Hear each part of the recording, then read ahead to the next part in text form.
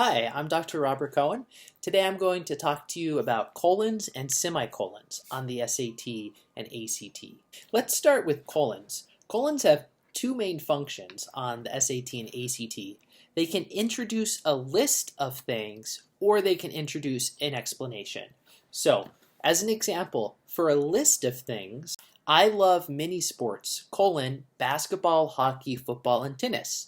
The colon introduces the list. The next one is for an explanation. I don't like video games, colon, their flashing lights give me headaches. Why don't I like video games? What's the explanation? Their flashing lights give me headaches. So that's it. Those are the two uses of a colon. Now there's one big heads up with the colon, and they often try and get you on this rule. And the rule to know is the colon has to be preceded by a complete independent clause.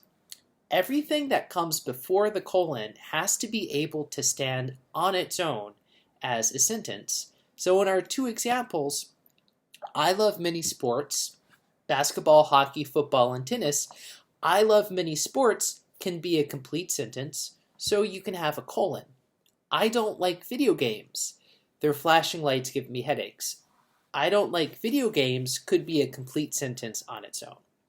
Now, how they'll try to trick you is by using a colon after something that could not be a complete sentence on its own. So for instance, they'll say, the most fun sports are, colon, basketball, hockey, football, and tennis. This is wrong. So while it's a list, so it passes the list or explanation test, what comes before the colon could not be a complete sentence. You could not say, the most fun sports are, period, right? That would not be a complete sentence. This is the type of trick they're going to show you to try and make you miss colon questions.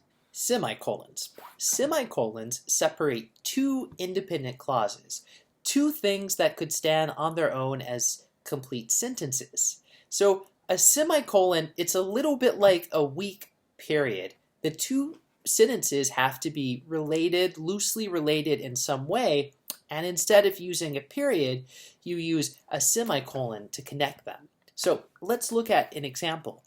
My cat Eli likes to watch birds. Colon, we buy him parrot videos. Now, my cat Eli likes to watch birds and we buy him parrot videos are both independent clauses that could be complete sentences on their own. We could use a period to separate them, but since they're both related, since they're talking about something similar, we can use a semicolon instead. There's one more thing you might see with the semicolon, and that's what we call a conjunctive adverb. A word like however, therefore, moreover, certainly, and it's going to come right after the semicolon. So everything is basically the same. You have two independent clauses that could be sentences on their own. They're somehow related, so you put a colon in. The only difference is you have this word like however right after the colon, and that word shows the relationship between the two independent clauses more clearly. So let's look at this example. My cat Eli likes to watch birds, colon, however, he has other interests as well, so, which is true. So you have, again, two related sentences. We join them with a semicolon, and we just put in that word, that conjunctive adverb it's called, that shows the relationship between the two parts. The conjunctive adverb comes right after the semicolon, and it always has a comma following it. That's it. There you go. That's all you need to know about semicolons and colons. If you found this video helpful, please like it, share it, or subscribe to the channel, all of which will help me reach more people looking for this type of content.